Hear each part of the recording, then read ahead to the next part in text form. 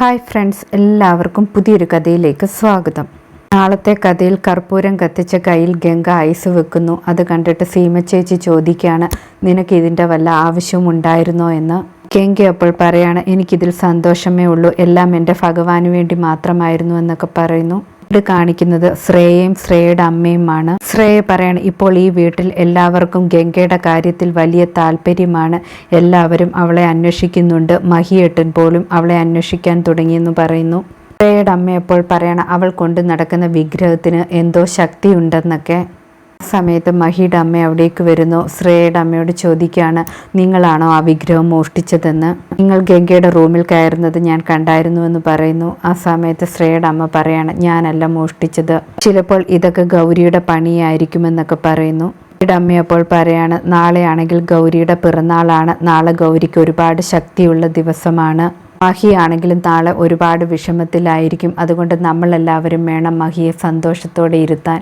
എല്ലാവരും ശ്രദ്ധിക്കണമെന്നൊക്കെ പറഞ്ഞിട്ട് അവിടെ നിന്ന് മഹിയുടെ അമ്മ പോകുന്നു. അതിനുശേഷം ശ്രേയയുടെ അമ്മ ശ്രേയോട് പറയാണ്, നാളത്തെ ദിവസം ഒരുപാട് സൂക്ഷിക്കണം, അതിനെന്തെങ്കിലും ചെയ്യണമെന്നൊക്കെ.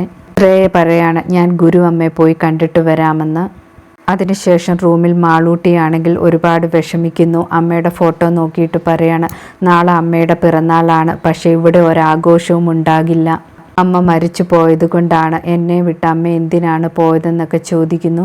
ഗൗരി അതെല്ലാം കേൾക്കുന്നുണ്ട്. ഗൗരിയാണെങ്കിൽ മാളൂട്ടിയുടെ അടുത്ത് വന്നിരുന്നിട്ട് പറയാണ്, മോളെ വിട്ട് ഞാൻ പോയിട്ടില്ല, മോളുടെ കൂടെ എപ്പോഴും ഉണ്ടെന്ന്. ശ്രേയ ഗുരുവമ്മയെ കാണുന്നു. ഗുരുവമ്മ പറയുന്നു, ഗൗരിയുടെ പിറന്നാൾ ദിവസം നല്ല ശക്തിയുള്ള ദിവസമാണ്, അതുകൊണ്ട് തന്നെ അവളെ നശിപ്പിക്കാനും എളുപ്പമാണെന്ന് പറയുന്നു.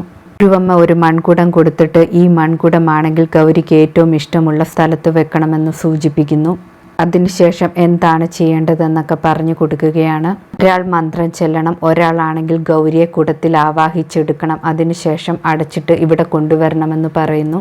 വീടിൻ്റെ മുന്നിലെ രക്ഷാബന്ധനം പൊട്ടിച്ചാൽ മാത്രമേ ഗൗരിയെ കൊണ്ടുവരാൻ പറ്റൂ, അതുകൊണ്ട് പൊട്ടിച്ചിട്ട് ഇവിടെ കൊണ്ടുവരണം. അതിനുശേഷം നിങ്ങൾ തിരിച്ചു പോയിട്ട് വീണ്ടും ബന്ധനം ചെയ്യണമെന്നൊക്കെ പറയുന്നു.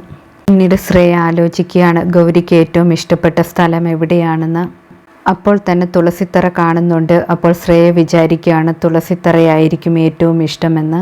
ശ്രേയ കഴിഞ്ഞ കാര്യമൊക്കെ ആലോചിക്കുകയാണ്. ഗൗരിയാണെങ്കിൽ തുളസിത്തറയിൽ വന്ന് വെള്ളം ഒഴിക്കുന്നതും ആ സമയത്ത് അവിടേക്ക് മഹി വരുന്നതും മഹിയാണെങ്കിൽ തുളസിത്തറയിൽ വെച്ച് സ്നേഹപ്രകടനങ്ങളൊക്കെ കാണിക്കുന്നതുമൊക്കെ. ശ്രേയ വിചാരിക്കുകയാണ്, അവിടെ തന്നെ കുടം വെച്ചാൽ മതിയെന്ന്.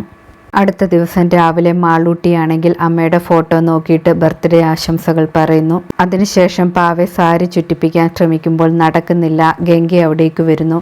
ഗംഗയാണെങ്കിൽ സഹായിച്ചു കൊടുക്കുന്നു. ഗംഗ ചോദിക്കുന്നുണ്ട്, എന്തിനാണെന്ന് സാരി ചുറ്റിപ്പിക്കുന്നതെന്ന്. മാളൂട്ടി അപ്പോൾ പറയാണ്, ഈ പാവ എൻ്റെ അമ്മയാണ്, ഇന്ന് എൻ്റെ അമ്മയുടെ ബർത്ത്ഡേ ആണ്, അതുകൊണ്ടാണ് ചുറ്റിപ്പിച്ചതെന്ന്. വീട്ടിലാണെങ്കിൽ ആർക്കും എൻ്റെ അമ്മയെ ഇഷ്ടമല്ല, അതുകൊണ്ടാണ് അമ്മയുടെ ബർത്ത്ഡേ സെലിബ്രേറ്റ് ചെയ്യാത്തതെന്നൊക്കെ പറയുന്നു. ഗംഗ അപ്പോൾ പറയാണ്, നമുക്ക് ബർത്ത്ഡേ സെലിബ്രേറ്റ് ചെയ്യാം, എല്ലാവരെ കൊണ്ടും ചെയ്യിപ്പിക്കാമെന്നൊക്കെ പറയുന്നു. ഗംഗ പറയുന്നത് കേട്ടിട്ട് മാളുവിന് ഒരുപാട് സന്തോഷമാകുന്നു.